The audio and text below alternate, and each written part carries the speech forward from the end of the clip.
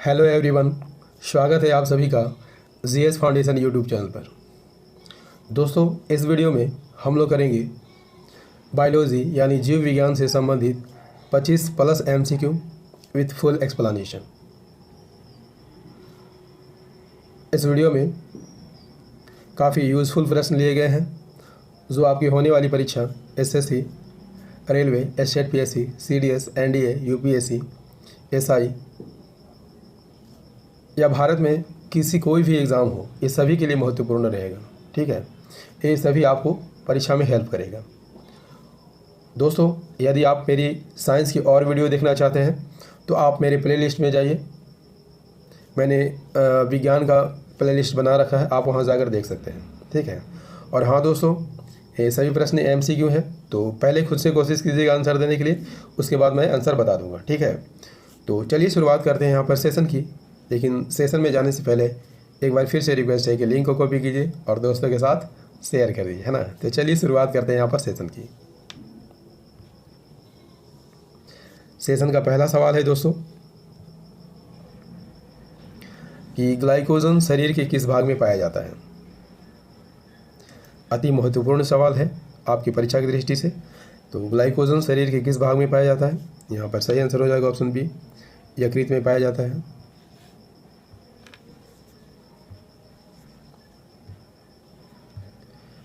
यकृत शरीर का एक अंग है जो केवल कशेरुकी प्राणियों में पाया जाता है। ठीक है, यकृत शरीर का एक अंग है जो केवल कशेरुकी प्राणियों में पाया जाता है। इसका कार्य क्या है?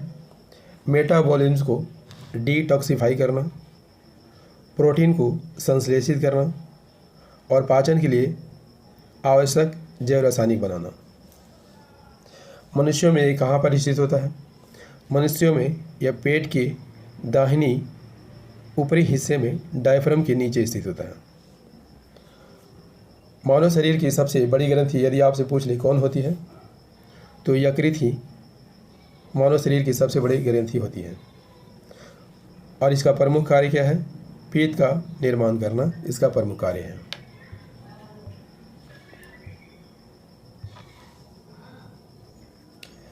पित्त यकृति वाहिनी उपतंत्र तथा पित्त वाहिनी द्वारा ग्रहणी तथा पित्ताशय में चला जाता है। पित्त यकृति वाहिनी उपतंत्र तथा पित्त वाहिनी के द्वारा कहाँ चला जाता है? ग्रहणी यानी ड्यूडेनम तथा पित्ताशय में चला जाता है। पाचन क्षेत्र में अवशोषित आंत्र रस के उपापचय का यह मुख्य स्थान है। ठीक है, और इसके निचले भाग में नाशपाती के आकार की एक थैली होती है जिसे पित्ताशय कहा जाता है। आप देख सकते हैं चित्र में भी पित्ताशय का भाग। यकृत द्वारा स्रावित पित्त कहाँ पर संचित होता है? तो पित्ताशय में ही संचित होता है। चयापचय में इसकी अन्य भूमिकाओं में ग्लाइकोजन का भंडार का विनियमन, लाल रक्त कोशिकाओं का अपघटन और हार्मोन का उत्पादन शामिल है। ठीक है, देख लेते हैं दोस्तों अगला प्रश्न। हमारा अगला प्रश्न है, निम्न में से एक जैव उर्वरक है। आपको यहाँ पर आंसर करना है दोस्तों कि निम्न में से कौन एक जैविक उर्वरक है। ठीक है, निम्न में से कौन एक जैविक उर्वरक है? यहाँ पर सही आंसर हो जाएगा ऑप्शन सी, एजोला एक जैविक उर्वरक है।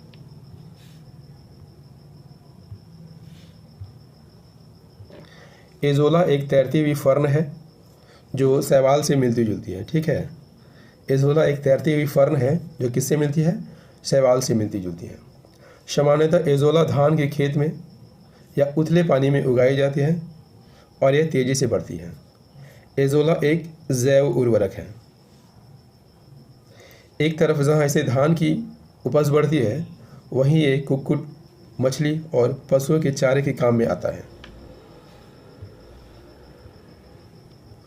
कुछ देशों में तो इसे चटनी और पकौड़े भी बनाए जाते हैं। इससे बायोडीजल तैयार किया जाता है। यहाँ तक कि लोग इसे अपने घर में ड्राइंग रूम में सजाने के लिए भी लगाते हैं। एजोला पशुओं के लिए पौष्टिक आहार भी है। ठीक है, एजोला जो है पशुओं के लिए कैसा आहार है? पौष्टिक आहार है। पशुओं को खिलाने में खिलाने से क्या होता है? दूध बढ़ता है, दूध बढ़ता है। ठीक है। अगला सवाल क्या कह रहा है दोस्तों? तीसरा सवाल है, मूंगफली के टीका रोग का कारण कौन सा कवक है? बहुत ही महत्वपूर्ण प्रश्न है दोस्तों। मूंगफली के टीका रोग का कारण कौन सा कवक है? तो यहाँ पर सही आंसर हो जाएगा दोस्तों ऑप्शन सी, सर्कोस्पोरा। मूंगफली के टीका रोग का कारण है। ठीक है, सर्कोस्पोरा। इस रोग में पत्तियों के ऊपर बहुत धब्बे बनने के कारण शीघ्र ही पकने के पूर्व गिर जाती है। ठीक है, इस रोग में क्या होता है? इस रोग में पत्तियों के ऊपर बहुत अधिक धब्बे बन जाते हैं, इसके कारण शीघ्र ही पकने के पूर्व ही ये गिर जाती हैं। इसके कारण पौधों की फलियां बहुत कम बनती है और छोटी बनती हैं। इस रोग से लगभग 10 से 50% तक उत्पादन कम हो जाता है। ठीक है, अति महत्वपूर्ण फैक्ट है दोस्तों। आप हो सके तो एक कलम कॉपी लेके नोट कर लीजिएगा। बढ़ते हैं नेक्स्ट सवाल की ओर। चौथा सवाल है, पायरुविक अम्ल में कार्बन परमाणुओं की संख्या होती है। आपको यहाँ पर आंसर करना है दोस्तों कि पायरुविक अम्ल में कार्बन परमाणुओं की संख्या कितनी होती है। अति महत्वपूर्ण सवाल है दोस्तों, फटाफट आंसर कीजिए। यहाँ पर सही आंसर हो जाएगा, पायरुविक अम्ल में कार्बन परमाणुओं की संख्या 3 होती है।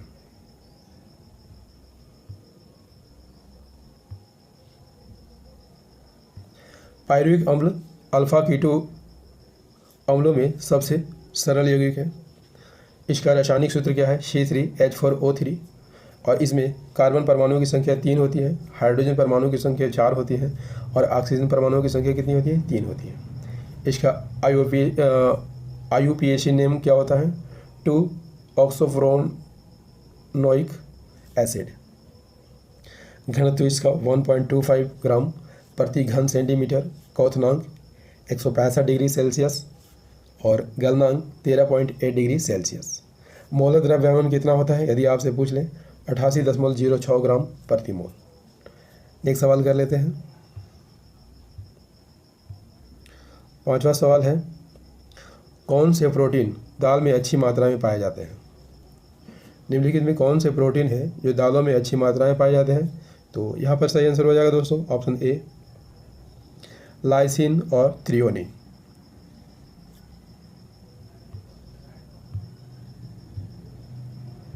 लाइसिन की बात कर लेते हैं सबसे पहले।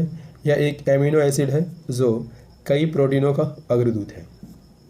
इसका रासायनिक सूत्र क्या है? C6H14N2O2। IUPAC नेम लाइसिन है। मोलर द्रव्यमान 146.19 ग्राम प्रति मोल। यदि आपसे पूछ ले क्या यह पानी में घुलनशील है, तो हाँ, यह पानी में घुलनशील है। थ्रियोनिन की बात कर लेते हैं, तो एक छोटे प्रोटीन का परिवार है जो केवल ऊंचे पौधों में पाया जाता है। ठीक है, बढ़ते हैं नेक्स्ट सवाल की ओर। छठा सवाल है, कीट वर्ग के जंतु का विशिष्ट लक्षण क्या है? कीट वर्ग के जंतु का विशिष्ट लक्षण क्या है? सही आंसर हो जाएगा दोस्तों ऑप्शन ए, 3 जोड़ी पाद। यदि आपसे पूछ ले दोस्तों कि कीट किस संघ का जंतु है? आर्थ्रोपोडा संघ का जंतु है और पृथ्वी पर कीट वर्ग का योगदान 90% है। आर्थिक रूप से महत्वपूर्ण कीट कौन कौन है? एपिस मधुमक्खी, बॉम्बिक्स रेशम कीट और लेसिफर लाख कीट। रोगवाहक कीट कौन कौन है? एनाफिलिस, क्यूलेक्स और एडिस मच्छर। नेक्स्ट सवाल पर बढ़ते हैं। 7वां सवाल क्या कह रहा है? कलाई की हड्डियों को किस नाम से जाना जाता है? कलाई की हड्डियों को किस नाम से जाना जाता है? यहाँ पर सही आंसर हो जाएगा दोस्तों, मेटाकार्पल्स के नाम से जाना जाता है।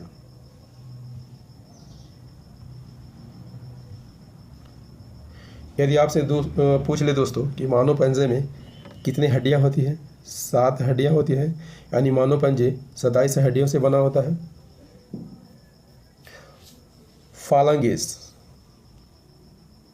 फालैंग्स पंजे का अग्रभाग का निर्माण करते हैं आप देख सकते हैं चित्र में से इसकी संख्या कितनी होती है? 14 होती है।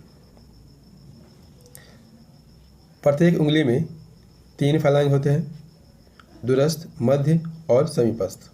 अंगूठे में केवल 2 फैलांग्स होते हैं। ठीक है, आप देख सकते हैं अंगूठे में सिर्फ 2 फैलांग है, 1 और 2।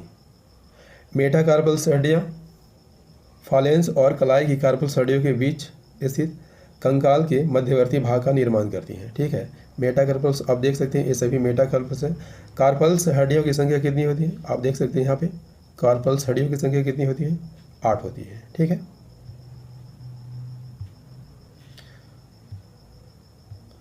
8वां सवाल है, टार्सल्स अस्थियां शरीर के किस भाग में स्थित होती हैं? टार्सल अस्थियां शरीर के किस भाग में होती हैं? तो सही आंसर हो जाएगा दोस्तों ऑप्शन ए, पैर में होती है। हमारे पैर में छोटी छोटी कुल 26 हड्डियाँ होती हैं, है ना। और टार्सल हड्डियों की संख्या कितनी होती है? 7 होती है। मेटाटार्सल हड्डी 5 होते हैं और फालांगेस कितने होते हैं? 14 होते हैं। आइए इसे चित्र में भी देखते हैं। तो आप चित्र में भी देख सकते हैं टार्सल हड्डियों की संख्या कितनी है? 7 है। ठीक है, 1 2 3 4 5 6 7, ये 7 हड्डियाँ टार्सल हड्डियाँ कहलाती है।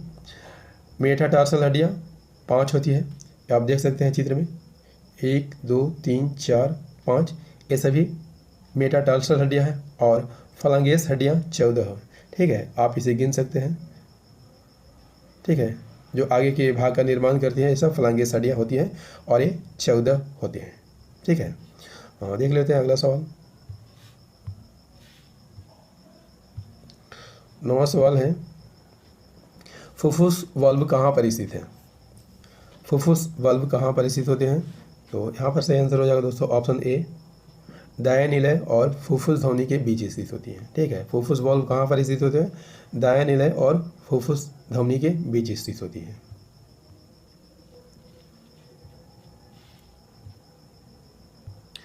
मानव हृदय में यदि आपसे पूछ ले कितने वाल्व होते हैं, तो 4 वाल्व होते हैं।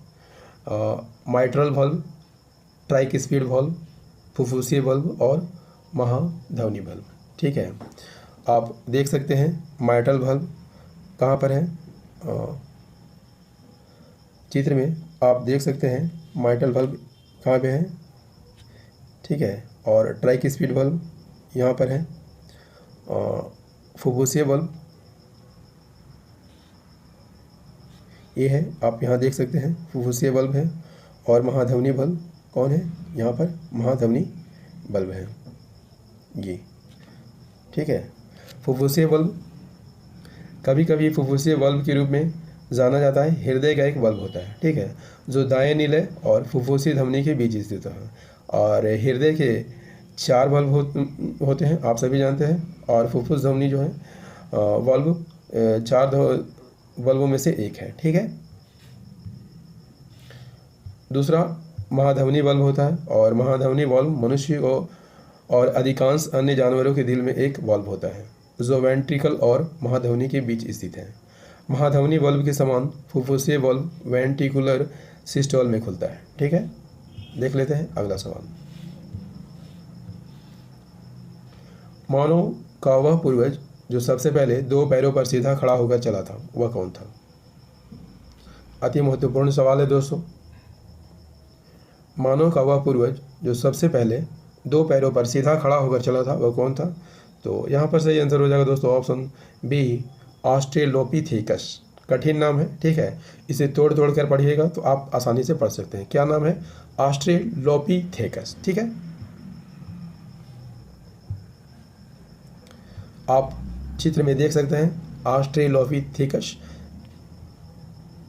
पहला मानव था जो सीधा चला था। और यह कहाँ पर निवास करने वाला मानव था? अफ्रीका में निवास करने वाला मानव था। और हाँ, ये होमोनिड से मिलता जुलता था। यह लगभग 40 वर्ष पूर्व से 20 लाख पूर्व तक पाया जाता था। और यह कपी और मानव के बीच की कड़ी थी। ठीक है, तो ये भी प्रश्न आपसे पूछ सकता है कि कपी और मानव के बीच की कड़ी कौन थी? तो ऑस्ट्रेलोपिथेकस। और इसे खोजा किसने था? रेमंड डार्ट ने खोजा था। और इसे तवांग बेबी के नाम से भी जाना जाता है। यह पहला वानर मानव था जो सीधा चलता था, नग्न रहता था और भरण पोषण के लिए प्रकृति पर निर्भर था। ठीक है, अगला सवाल। दोस्तों सेशन कैसा लग रहा है एक बार कमेंट करके ज़रूर बताइएगा। यदि सेशन पसंद आ रहा हो तो लाइक कर दीजिएगा, दोस्तों के साथ शेयर कर दीजिएगा, और यदि आप भी इस चैनल पर नए हैं चैनल को सब्सक्राइब कर लीजिएगा, बेल आइकन को ज़रूर प्रेस कर लीजिएगा। ठीक है, हमारा अगला सवाल है दोस्तों कि भारतीय जनता में लगभग कितना प्रतिशत व्यक्तियों में RH तत्व होता है, यानी RH फैक्टर होता है।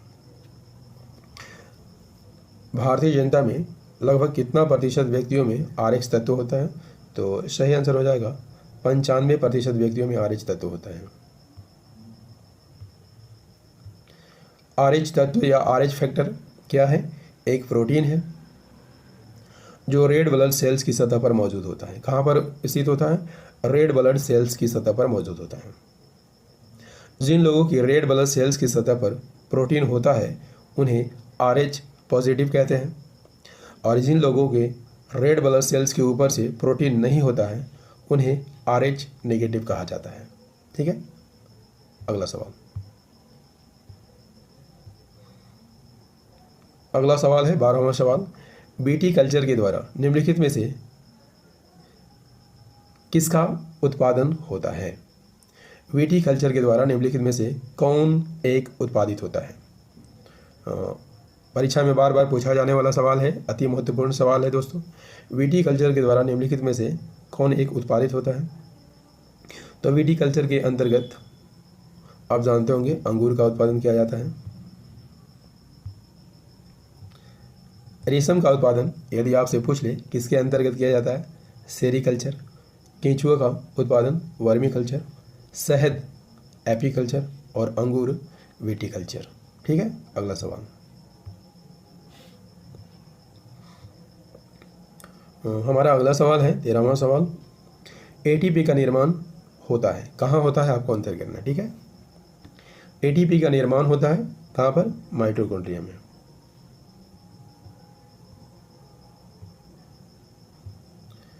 ATP का पूरा नाम क्या है? एडिनोसिन ट्राइफॉस्फेट, यानी ATP एक कार्बनिक यौगिक है। इसे ATP को कोशिका की करेंसी भी कहा जाता है। एक कार्बनिक यौगिक है जो कि मानव शरीर के साथ पेड़, जानवरों की कोशिकाओं में भी पाया जाता है। इसका कार्य क्या है? कोशिकाओं को ऊर्जा प्रदान करना। इससे शरीर का विकास होता है और हमारे शरीर को ऊर्जा मिलती है। नेक्स्ट सवाल कर लेते हैं दोस्तों। कॉर्क निम्नलिखित में से किस पेड़ से प्राप्त होता है? कॉर्क निम्नलिखित में से किस पेड़ से प्राप्त होता है? कॉर्क निम्नलिखित में से किस पेड़ से प्राप्त होता है?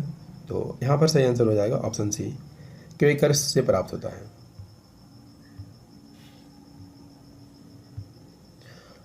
यहाँ पर देख लेते हैं बाज बलूत या शाह बलूत एक तरह का वृक्ष है जिसे अंग्रेजी में ओक कहा जाता है। बाज फागेसेई कुल के क्वेकर्स गण का एक पेड़ है। ठीक है, इसकी लगभग 400 किस्में अभी तक ज्ञात हो चुकी है, जिसमें कुछ की लकड़ियाँ बड़ी खूब मजबूत और रेशे कैसे होते हैं? सघन होते हैं। ठीक है, ऐसी लकड़ियों को काष्ठ निर्माण के लिए काफ़ी अधिक यूज़ किया जाता है। ठीक है, नेक्स्ट सवाल कर लेते हैं दोस्तों। 15वां सवाल है चुकंदर के किस भाग से शक्कर प्राप्त की जाती है? चुकंदर आप सभी जानते होंगे, खाए भी होंगे। चुकंदर के किस भाग से शक्कर प्राप्त की जाती है? आपको यहाँ पर आंसर करना है। ठीक है, किस भाग से शक्कर प्राप्त होती है? तो आप सभी जानते होंगे दोस्तों, जड़ से प्राप्त होती है। चुकंदर मूसला जड़ वाला वनस्पति है। आपने देखा होगा इसका फल। इसका वैज्ञानिक नाम क्या है? वेटा वल्गैरिस। और ये कहाँ कहाँ पाया जाता है? भूमध्य सागरीय क्षेत्र में पाया जाता है, यूरोप की अंध महासागर तटीय रेखा में पाया जाता है, और भारत में भी यह उपजाया जाता है। नेक्स्ट सवाल। हमारा अगला सवाल है ग्लूकोज के एक अणु के ऑक्सीकरण से कितना ATP का निर्माण होता है?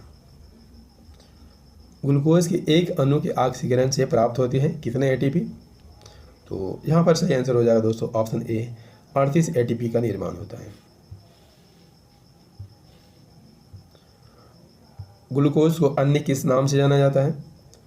द्राक्ष शर्करा के नाम से जाना जाता है, और यह क्या है? कार्बोहाइड्रेट है। ठीक है, यह जल में घुलनशील होता है। यदि आपसे पूछ ले कि इसका रासायनिक सूत्र क्या है, C6H12O6। यह स्वाद में कैसा होता है? मीठा होता है, और सजीवों की कोशिकाओं के लिए ऊर्जा का प्रमुख स्रोत है। यह पौधों के फलों जैसे काजू, अंगूर, अन्य फलों में जड़ों जैसे चुकंदर की जड़ों में, तनों में और ईख के रूप में समान रूप से संग्रहित भोज्य पदार्थ के रूप में पाई जाती है। ठीक है, देख लेते हैं अगला सवाल। 17वां सवाल है, मक्के के दाने से क्या निकाला जाता है? इम्पोर्टेंट सवाल है दोस्तों, इसे इम्पोर्टेंट मार्क कर लीजिएगा आप। तो मक्का के दाने से क्या निकाला जाता है? आप सभी जानते होंगे, जियाटिन निकाला जाता है। साइटोकाइनिन हार्मोन की खोज यदि आपसे पूछ ले किसने की थी? स्कुंग ने की थी, 1954 में की थी। इसके बाद मिलर ने साइटोकाइनिन हार्मोन की खोज जिएटिन के रूप में की थी। किस में की थी? मक्के में की थी। ठीक है, अगला सवाल 18वां सवाल है, जीव विज्ञान की शाखा जिसके अंतर्गत पक्षियों का अध्ययन किया जाता है। अति महत्वपूर्ण सवाल है दोस्तों, ये सवाल परीक्षा में बार बार रिपीट किया जाता है। ठीक है, जीव विज्ञान की शाखा जिसके अंतर्गत पक्षियों का अध्ययन किया जाता है क्या है? ऑर्निथोलॉजी। हर्पेटोलॉजी में किसका अध्ययन किया जाता है? सांपों का अध्ययन किया जाता है। एंथ्रोपोलॉजी में मानव का अध्ययन किया जाता है, और ऑर्निथोलॉजी में पक्षियों का अध्ययन किया जाता है।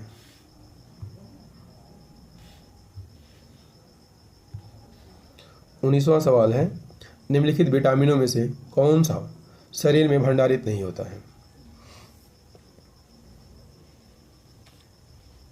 निम्नलिखित विटामिनों में से कौन सा शरीर में भंडारित नहीं होता है? सही आंसर हो जाएगा विटामिन सी, शरीर में भंडारित नहीं होता है।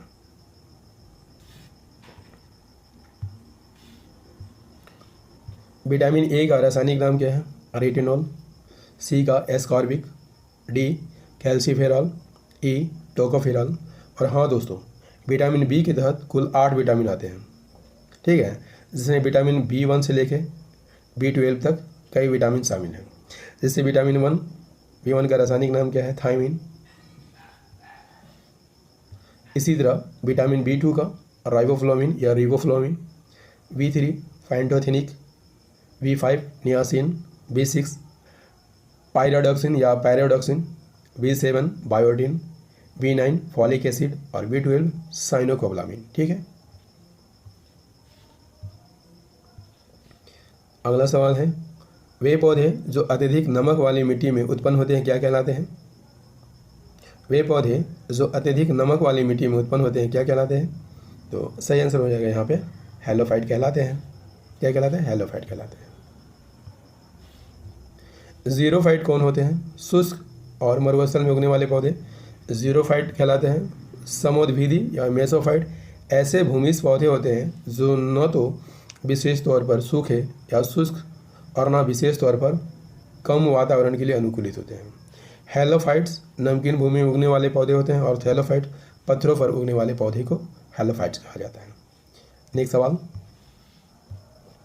दोस्तों, सेशन यदि पसंद आ रहा हो तो एक बार से इसे लाइक जरूर कर दीजिएगा। ठीक है, पके हुए अंगूरों में क्या होता है? पके हुए अंगूरों में क्या होता है? ग्लूकोज होता है।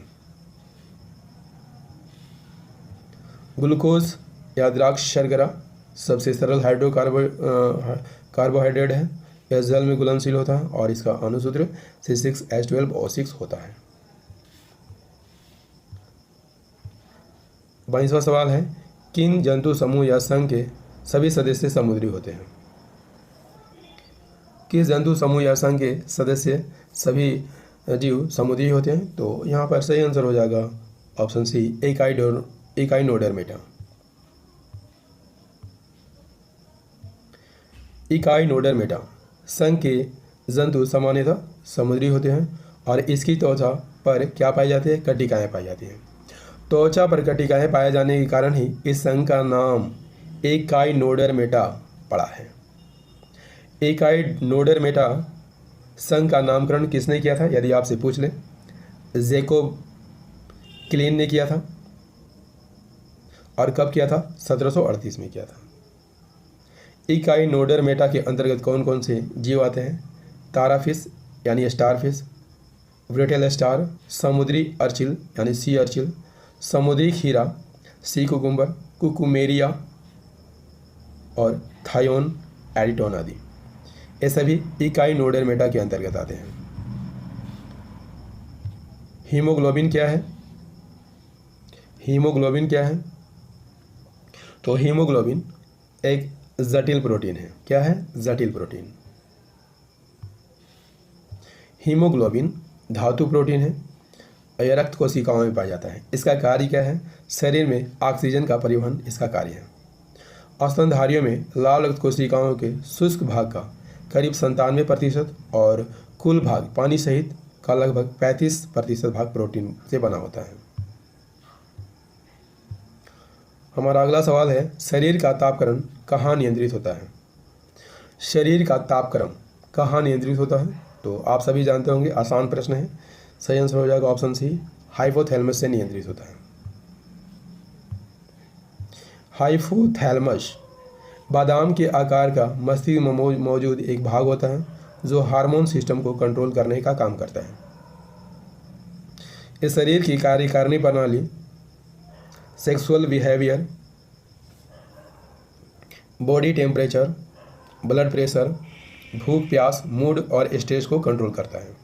ठीक है, इस सेशन में हम लोग 26 प्रश्न देखेंगे। 25वां सवाल है,